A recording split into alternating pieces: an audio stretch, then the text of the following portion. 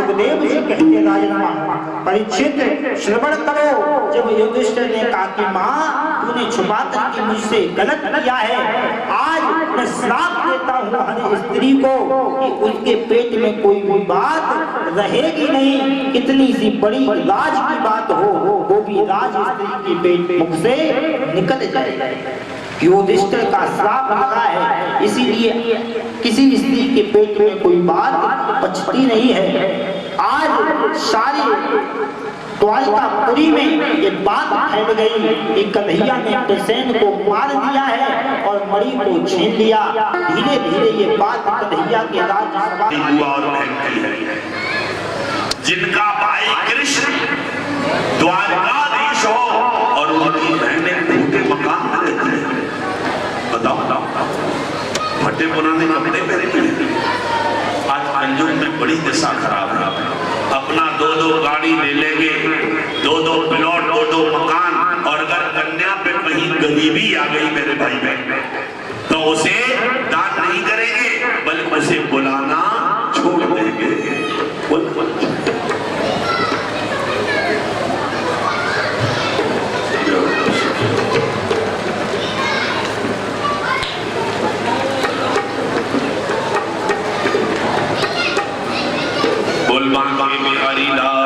पहले कुंडली देखो, हम कथा सुनियो मर गए, तबीयत बहुत खराब है।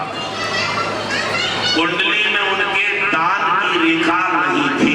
हमने कि आप लोग कथा तो करवाओगे लेकिन तुम कथा नहीं सुन पाओगे।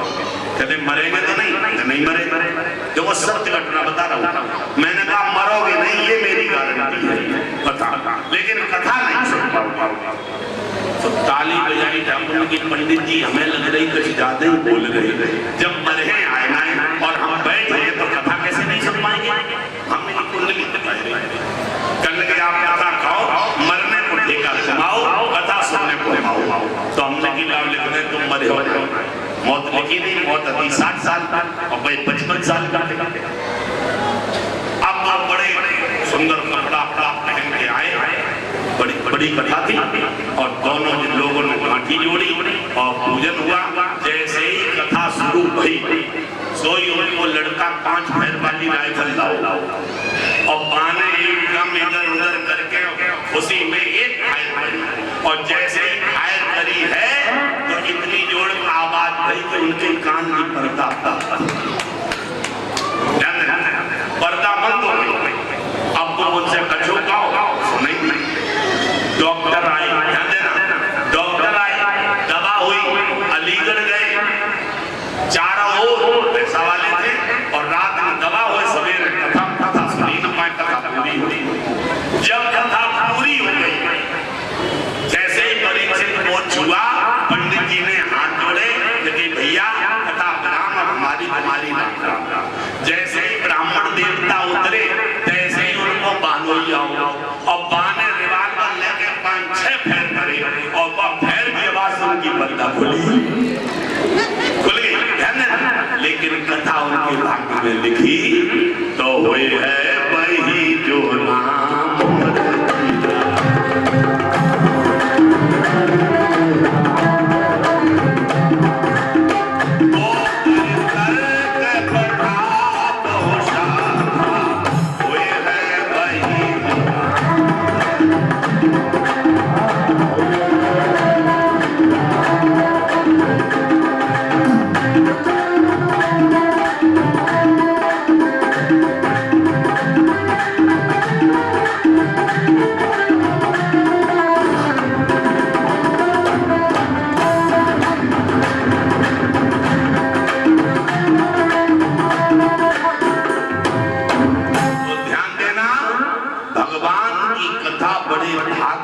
किस्मत वाले कोई ये नहीं कि तुम आए हो और समझ आए कथा सुनाई, 7 दिन की कथा हुई, पैसा खर्च हो गया, लेकिन भागवत सुनाई। तो जिन्हें कथा सुनने को मिल जाए बार बार बिहारी जी को धन्यवाद दो कि तुम्हारी बहुत बड़ी। आ जाइए उसी कथा पर। भाग्य में सुख लिखा मिलेगा, नहीं लिखा तो नहीं मिलेगा। भीम ने कहा ये पता कैसे लगा में जैसे गए भगवान ने एक पैर जैसे ही रखा और महापुरुष के चरण पर, वो भी भगवान के किसी ब्राह्मण के भी घर में चरण पड़ते रहे तो धीरे धीरे सारे घर के दोष मुक्त होते रहे। ब्राह्मण में केवल चरण पड़ते रहे तुम्हें एक यज्ञ का फल मिलता रहेगा और भगवान के पर जाए तो बात ही क्या। खंडर था और कन्हैया ने जैसे ही पैर रखा तो जमीन धसक गई। युधिष्ठिर ने कहा कन्हैया ये जमीन धसक गई, कहते नीचे आज सुनाई पड़ी। आज जामवंत दौड़ करके आई और आकर के जैसे ही देखा कन्या रो रही थी, कन्हैया पास में खड़े थे तो आज जामवंत ने कहा कि क्यों रो रही हो?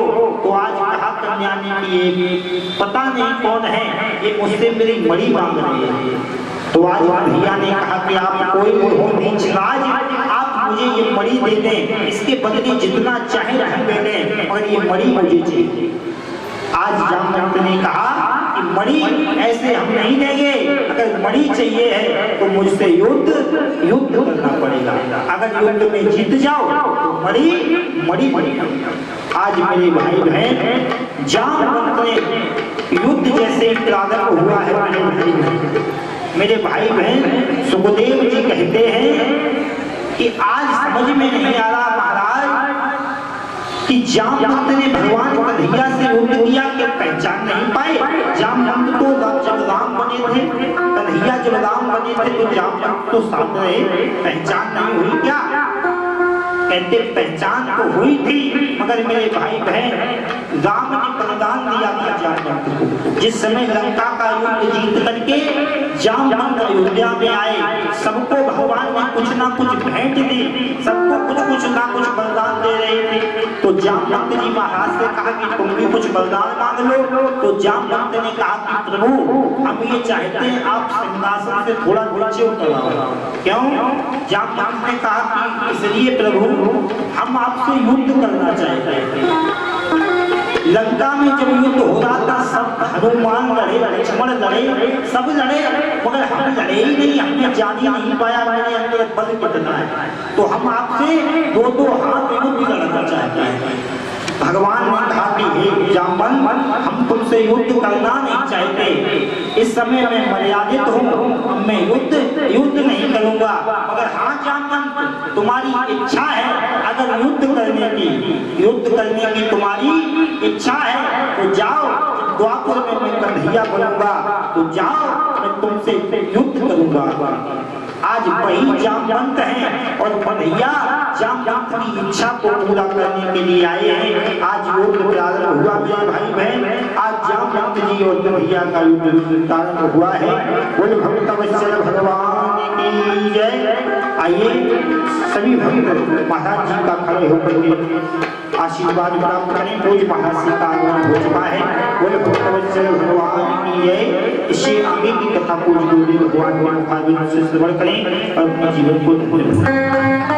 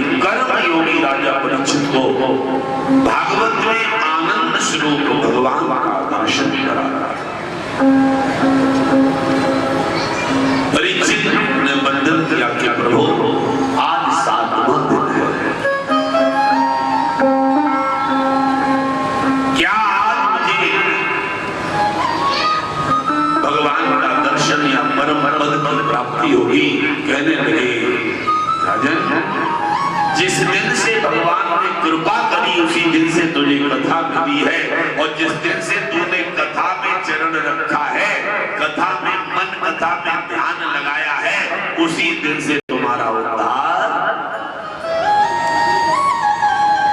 क्योंकि कथा भाग्य वालों को ही मिलती है, भाग्य वाले ही करा सकते हैं परमात्मा की कृपा से। अन्यथा पैसे वाले तो बहुत बहुत लोग हैं, सोचते रहते हैं भागवत कराएंगे कराएंगे, तब तक मर जाते हैं, लेकिन भागवत होती।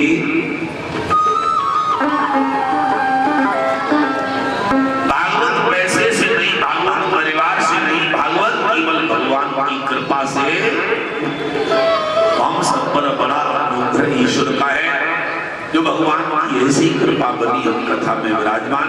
राजन तुम्हारा कल्याण हो गया, अब हमें कोई नरक में ले जाने वाला नहीं।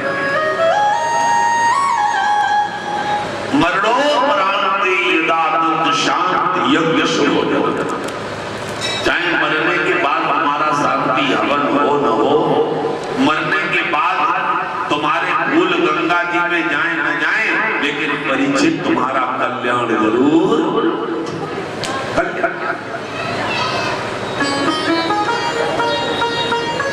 अभी आप स्मरण कर रहे कि भगवान ठाकुर जी ने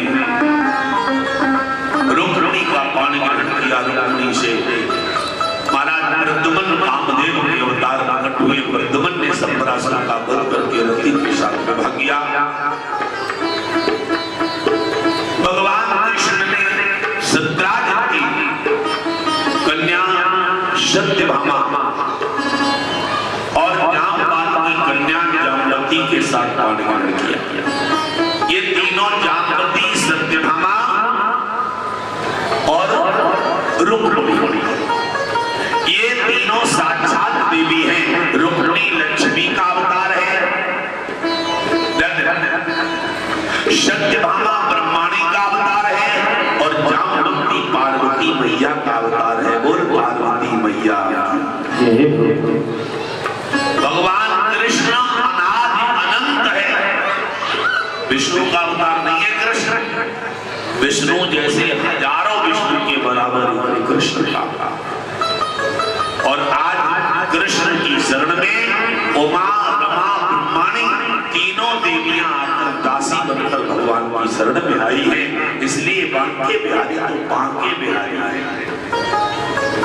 बांके शंकर नहीं है, बांके ब्रह्मा नहीं, बांके विष्णु नहीं है, बल कृष्ण बांके बिहारी है। बोल बांके बिहारी भगवान।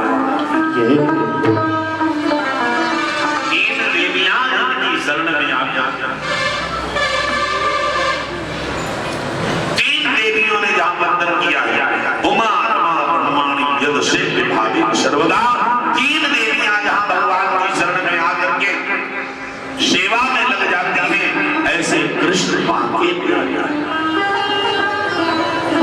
एक दिन भगवान कृष्ण अर्जुन के साथ शिकार करने के लिए, घूमने भ्रमण करने के लिए गए। यमुना के किनारे देखा एक कन्या बैठी है, श्याम रंग है, बड़ी सुंदर है। कभी कभी गोरी से सांवरी और सुंदर होती है, और नहीं सुंदर है तो गोरी से सांवरी सुंदर हो जाती है। कब? घर आने के बाद। बहू अगर सांवरी है और घर आई तो सुंदर हो जाती, क्योंकि उसके कर्म अच्छे। और गोरी आई और नागिन सी घुसकरी तो 4 दिन में ही वो चुड़ैल का रूप धारण ससुराल में जाकर के बन जाती है।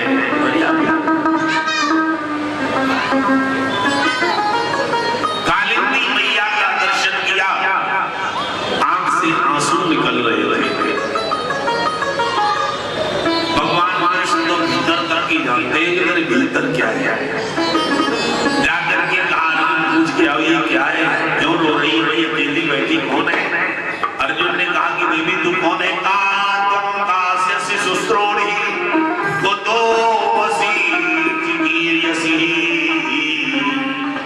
हे सुंदरी, कहा तू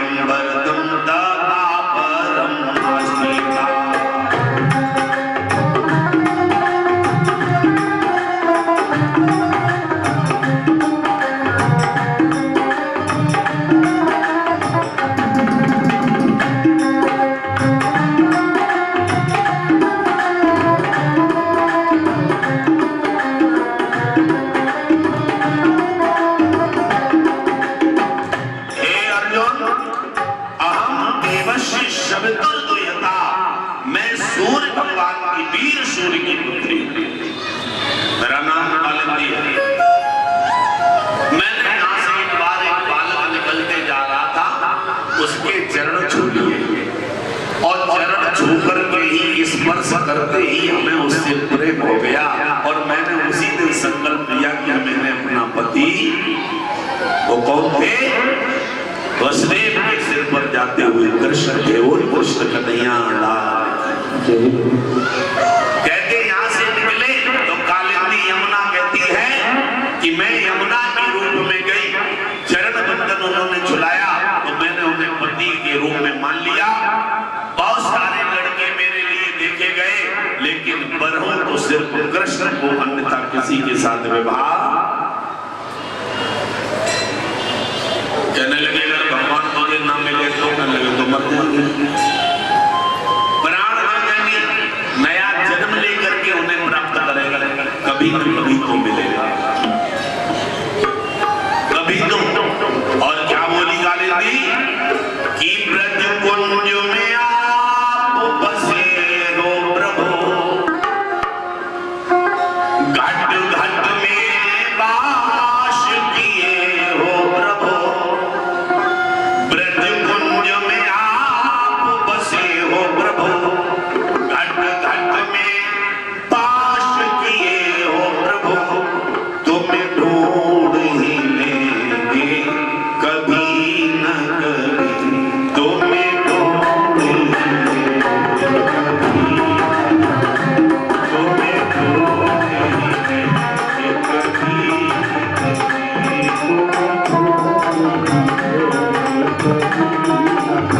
और घनश्याम मिलेंगे कभी,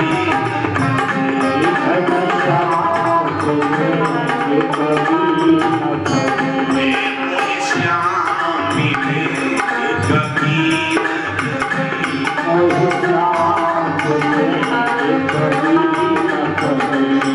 जानती कि सबकी सुनता है, जानती कि सबके मन की वह करता है, सबके मेरी देर सुनेंगे कभी न कभी, मेरी देर सुनेंगे कभी, ओहे श्याम मिलेंगे कभी न कभी,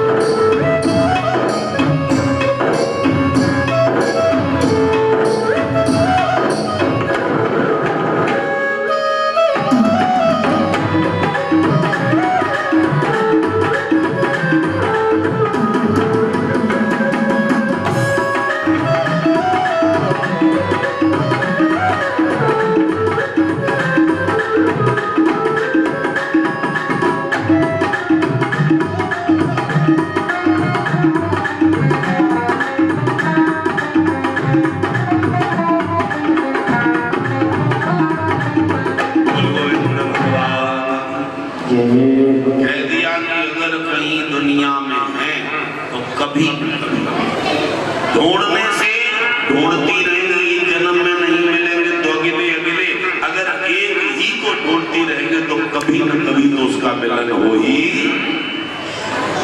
राम नाम रटते रहो जब लग घट में प्राण, तब हो तो दीनानाथ के बंधन पड़ेगी। कभी तो सुनेगा, मर जाएगी लेकिन श्याम को प्राप्त करेगा। अर्जुन लौट के आएगा जब कन्हैया वो तो तुम्हारी दीवानी है, कृष्ण वो तुम्हारी दीवानी है, तुम्हारे नाम पर प्राण देने को तैयार है, तुम्हें पति के रूप में चाहती है। भगवान ने कहा कहते मरेगी क्यों, आजा। भगवान कहे कालिंदी मेरा नाम कृष्ण है और मैं ही वसुदेव का पुत्र हूँ, मेरा ही तुमने स्पर्श किया था, के भगवान को हृदय में देखा, झपट के चरण पकड़ ले, प्रभु धन्य है आज मेरी भगवान की कामना पूर्ण कर। कालिंदी को भगवान ने भवन बना करके अपनी पट बना। इसके बाद महाराज श्री सुखदेव जी कहते राजन, एक आर्यावर्त अर्वावर्त देश उज्जैन के राजा विघ्न अन्वित अपनी बहन को श्री कृष्ण के साथ विवाह करना चाहते थे। इन्होंने स्वयंवर रख दिया कि जो विवाह करेगा, जो स्वयंवर में जीतेगा उसी की उनके साथ बहन का विवाह होगा। तो स्वयंवर में बड़े बड़े राजा, बड़े बड़े स्वयंवर में राजा आए, परंतु किसी ने जीत हासिल नहीं की। अंत में जब विवाह नहीं होने को तो मरने के लिए तैयार हो गए। भगवान से जाकर कहा गया कि प्रभु एक कन्या मरी जा रही है। भगवान कहने लगे मरने से बड़ा दुनिया में कोई पाप नहीं है। अरे मरना नहीं है, कुछ करना है। मरना नहीं है, कुछ करना है। भगवान ने पूछा क्या चाहती, कहते कन्हैया हम तुम्हें अपना पति मान चुकी है। भगवान कहने लगे अजीब बात है, देखा न सुना जान न पहचान पति मान चुकी है। भगवान मित्र वृंदा को भी ले गए। कौशल देश छत्तीसगढ़ के राजा नग्न की पुत्री थी, नग्न थी। इसके यहाँ एक गाय से 7 बैल हुए थे। कहा जो इन बैलों को नाथ देगा उसके साथ अपनी कन्या का विवाह करेंगे। अब बैल कौन से थे? एक बैल को पकड़ो तब 6 आकर के उसे खत्म कर देते थे। 6 बैल क्रोधित थे और उन्होंने ना सकता था। बड़े बड़े राजा जेल में पहुंच गए। अंत में मेरे ठाकुर जी ने काम क्रोध लोभ मोह मद मत्सर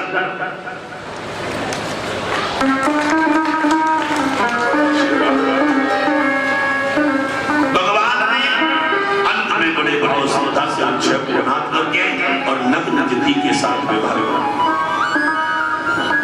अंत में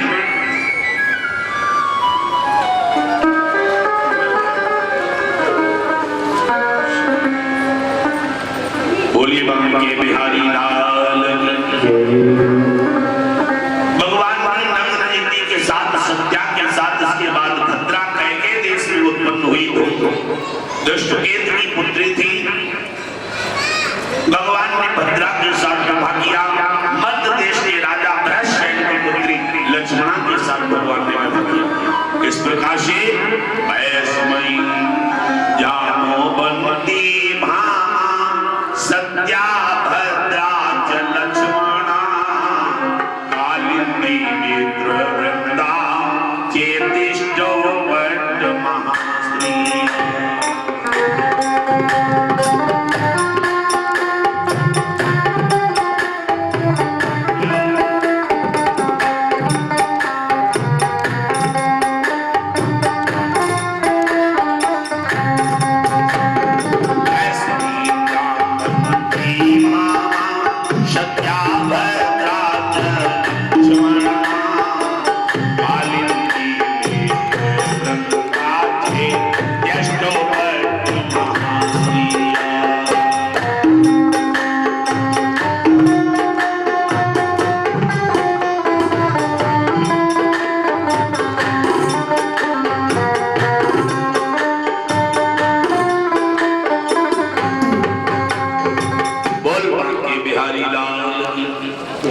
आज भगवान ने सत्यभामा से कहा कि देवी युद्ध करना है।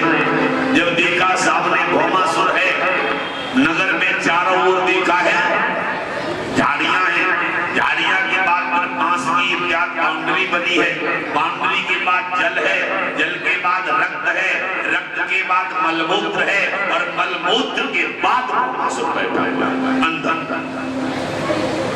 क्योंकि इतनी रास्ता कौन साफ करके आ पाएगा, लेकिन कन्हैया मेरे सारी रास्ताएं साफ करके पहुंचे हैं।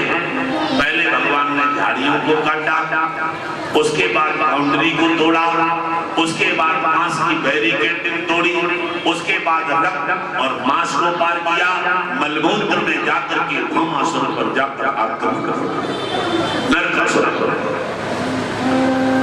भगवान ने देखा कि इसे वरदान मालूम है कि जब तक इसकी बहन सत्यभामा नहीं कहेगी तब तक भाई बनने वाला नहीं है, क्योंकि सत्यभामा और भौमासुर ये दोनों भाई और बहन थे। जब आक्रमण हुआ तो भगवान ने सोचा कि मरेगा नहीं, तो भगवान गिर गए, और जब ठाकुर जी गिर गए भौमासुर सीने पे बैठा, एक मुक्का मारा।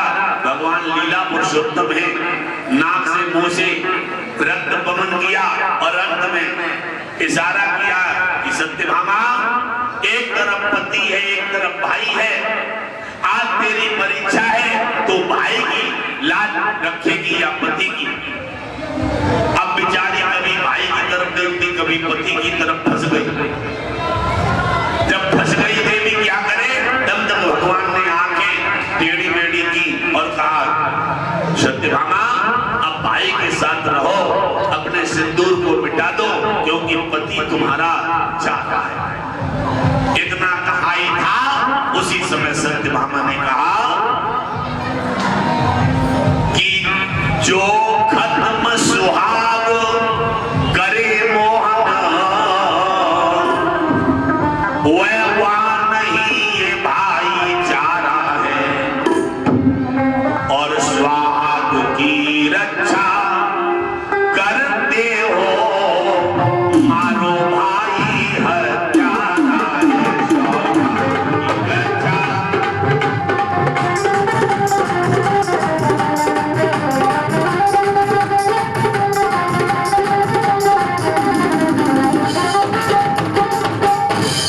सत्यभामा ने कहा कि जो भाई बहन के स्वाद को उजाड़ दे ऐसे भाई को मार देना ही अच्छा है, क्योंकि सुहाग से बड़ा दुनिया में कोई रिश्ता नहीं। इतने में भगवान को आदेश मिला, ठाकुर जी ने अपनी शक्ति को याद कर नरकासुर को गिराया, एक मुक्का मारा है। उस समय कह दिया कृष्ण समझ गया कि जिस भाई पर बहन का आशीर्वाद है उसे दुनिया में कोई मारने वाला नहीं है, और जिस भाई से बहन दुखी रहती है वो भाई कभी सुखी रहने वाला। अगर मैंने अपनी बहन को दुख न दिया होता तो आज मेरी मौत नहीं होती। भगवान ने नरकासुर का उद्धार किया, 16,100 कन्याओं को जब मुक्त किया तो सारी कन्याएं भगवान के चरण में गिर पड़ी और कहा प्रभु मोहे अपनी शरण में ले ले, मोहे अपनी शरण में ले ले। सारी कन्याएं भगवान से कहती प्रभु अब अपनी शरण में ले। एक लाइन बड़े भाव से, मोहे अपनी शरण में ले ले, मोहे अपनी शरण में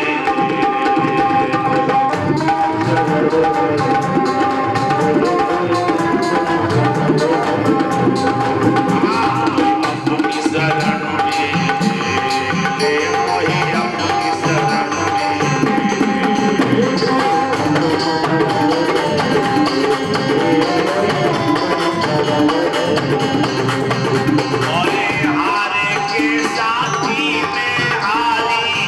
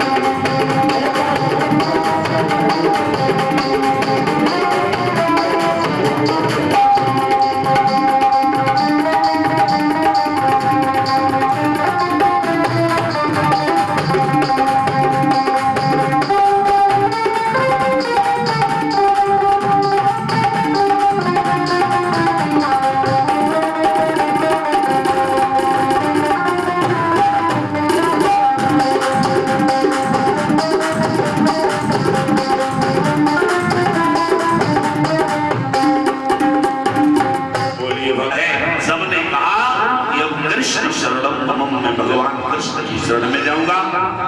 सारी देवियों ने भगवान कन्हैया से वंदन किया। कन्हैया कहते तो क्या चाहती? कहते हम चाहती हमारा तुम्हारा रिश्ता बन जाए। भगवान कहते रिश्ता ऐसे बनाया जाए, अगर ब्याह करेंगे तो 16,100 मंडप आएंगे और एक एक दिन ब्याह एक एक करेंगे तो 16,100 दिन लगेंगे। हमारी तो उम्र पे ही करन निकल जाए। बोलो बोलो। और अगर ब्राह्मण से ब्याह पढ़वाया ना तो 16,100 बार ब्राह्मण को दक्षिणा देने लगती, आदि धन संपत्ति में ब्याह पढ़ाई चली जाएगी। तुम्हें क्या खवाएंगे? 16,100 देवियों ने कहा कन्हैया हम अपनी मर्जी से विवाह करती हैं और कन्या की जब मर्जी होती तो पैसा खर्च नहीं होता। जब कन्या की मर्जी है तो पैसा खर्च नहीं होगा।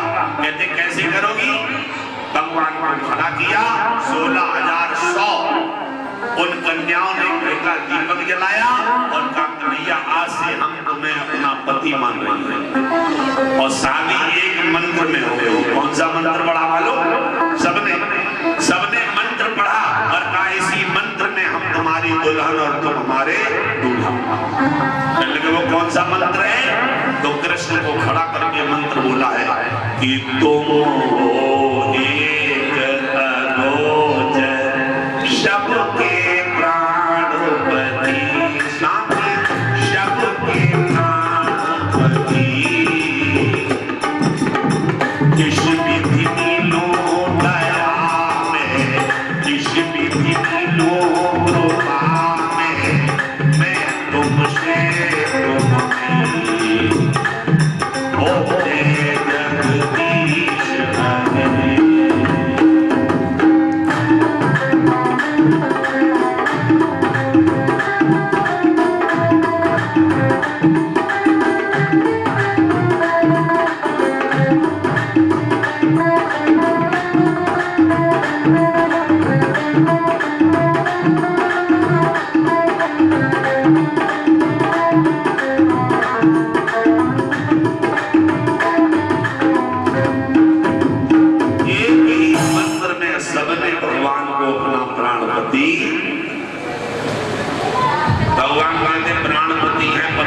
पति और प्राणपति। हर स्त्री के दो पति हैं, एक पति है और एक प्राण। जब तक प्राणपति नहीं है तब तक पति की कोई वैल्यू नहीं है। असली पति कौन है? प्राणपति। माने शरीर को हम पति मान बैठे। एक शरीर है और एक प्राण है, दो पति है। अब शरीर से प्राण निकल जाए शरीर में पति माने बैठी उनके नाक मुंह सब लगे हैं और काव ने रख ले बोलो 24 घंटा नहीं रख रहे कहे लल्ला अब मौजा जल्दी ले जाए अब रो नहीं क्यों पति तो है लेकिन प्राण गोपियों ने कहा प्रभु तुम प्राणपति हो जब तक प्राणपति नहीं तब तक शरीर पति कुछ करने वाला नहीं है शरीर के द्वारा जो भी करता है अच्छा वो प्राणपति बड़े भाव श्रद्धा से 16,100 गोपियों के साथ भगवान ने विवाह किया। अब भगवान की 16,108 देवियां हुई। पृथ्वी द्वारा नरकासुर की मारने पर स्तुति की गई है।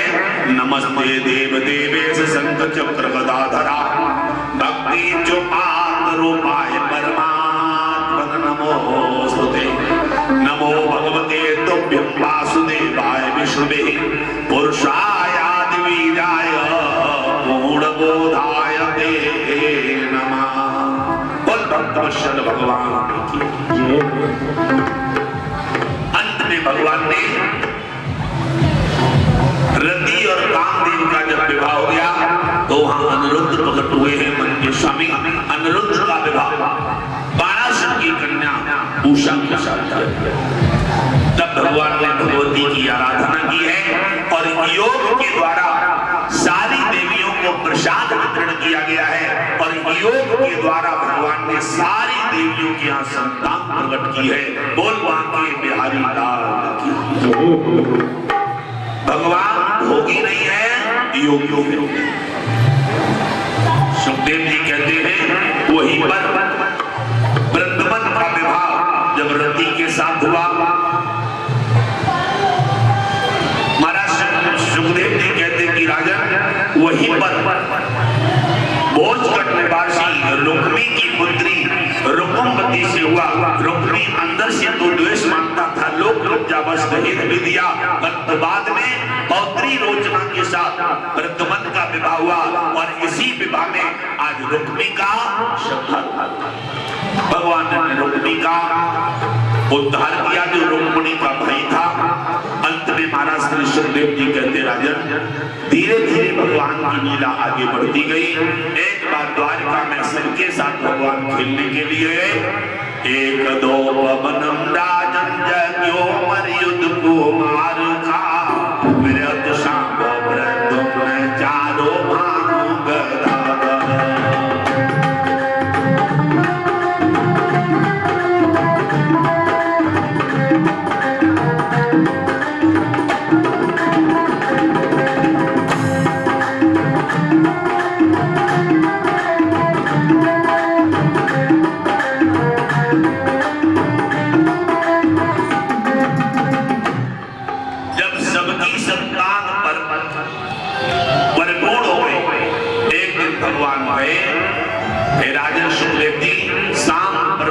चारों भानु याद करके ये सब खेलने गए थे कुआं में जाकर के जैसे ही नजर पड़ी है तो चौंक कर यदुवंशी भागे कन्हैया बचाओ।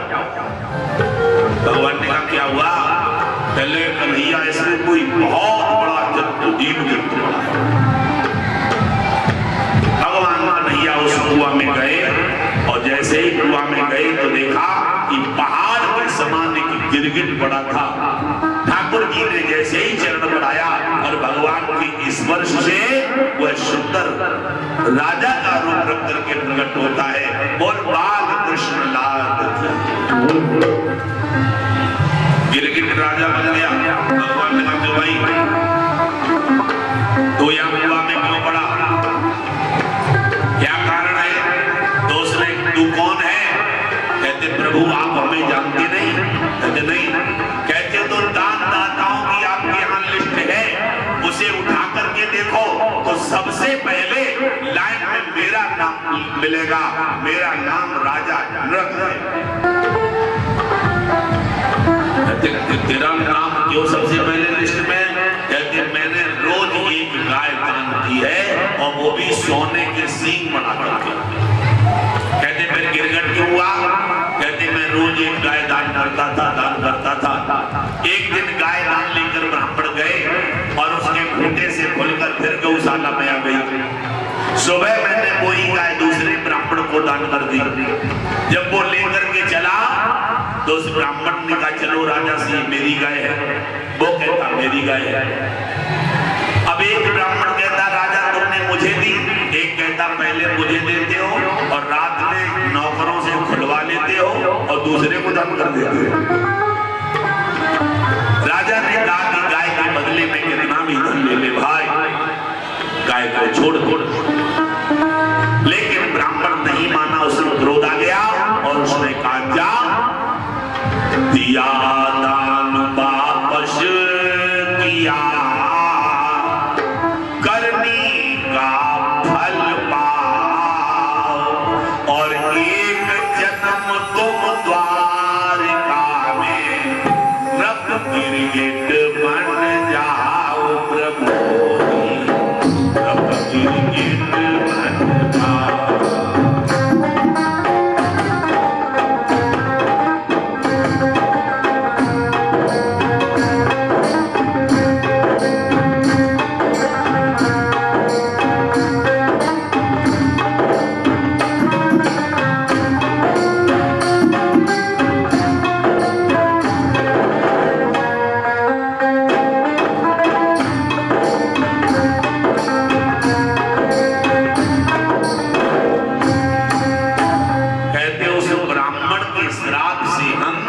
गिरगिट बन गए। तब से मैंने प्रण किया कि ब्राह्मण को घर में नहीं बुलाना चाहिए। दावत करो ब्राह्मण की और करो तो पहले देख लो जो क्रोधी रोधी तो नहीं है। क्योंकि ब्राह्मण घर में आकर के खाना पीना खाने के बाद दक्षिणा जना तो रूठ गया और रूठने के बाद अगर क्रोध में उसने कोई बददुआ दे दी तो कहते 7 जन्म तक उसकी बददुआ पीछा। ब्राह्मण कभी रुष्ट नहीं होना चाहिए। गिरगिट बना दिया। जबकि राजा कहते प्रभु पृथ्वी में जितने धूल के कण हैं,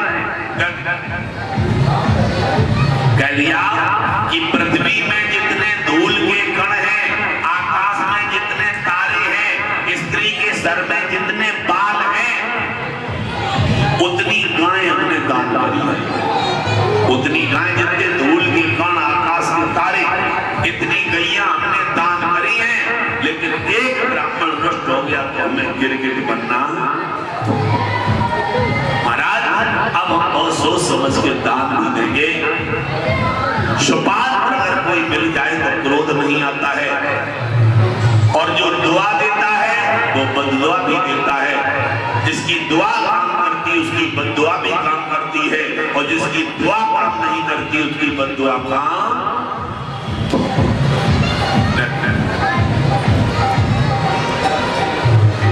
स्त्री की बददुआ कभी काम नहीं करती है। कल सुन ले। और अगर बददुआ स्त्री की काम करने लगे तो फिर रोज सवेरे उठ के तुम आओ मरी हुई हो। बोलो बोलो रोटी कोई काम करने नहीं। और सबसे ज्यादा तो बराबरी देवरानी जेठानी हुई है। सबसे घर ही ये क्यों मालूम स्त्री की बददुआ क्यों नहीं काम करती? कलयुग जब लगा तो ब्राह्मण ने तपस्या करी। अब ब्राह्मण ने तपस्या करी तो ब्राह्मण और बेटा और ब्राह्मणी तीनों तपस्या करने लगे। शंकर जी आ गए। शंकर जी ने कहा प्रकट हो गए, वरदान मांग लो।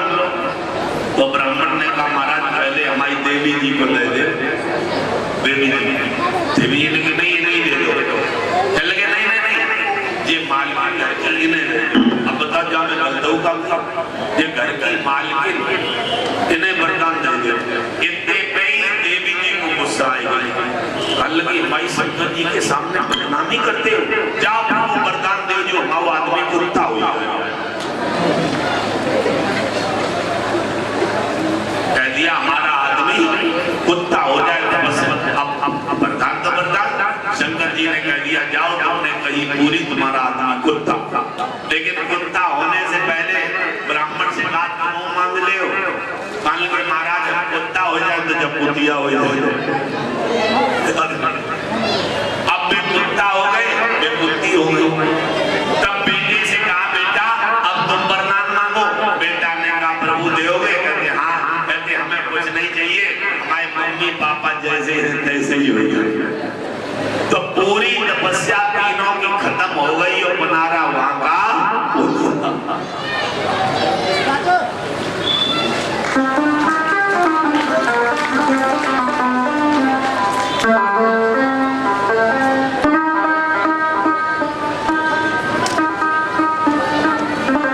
बोली भक्तवत्सल भगवान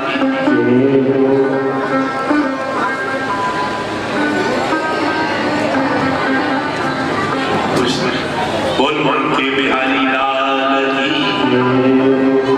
भगवान ने कहा कि कार हो गई। भगवान ने कहा जाओ मैं श्राप वरदान देता हूँ कि कलयुग में स्त्री की कभी बददुआ नहीं लगेगी।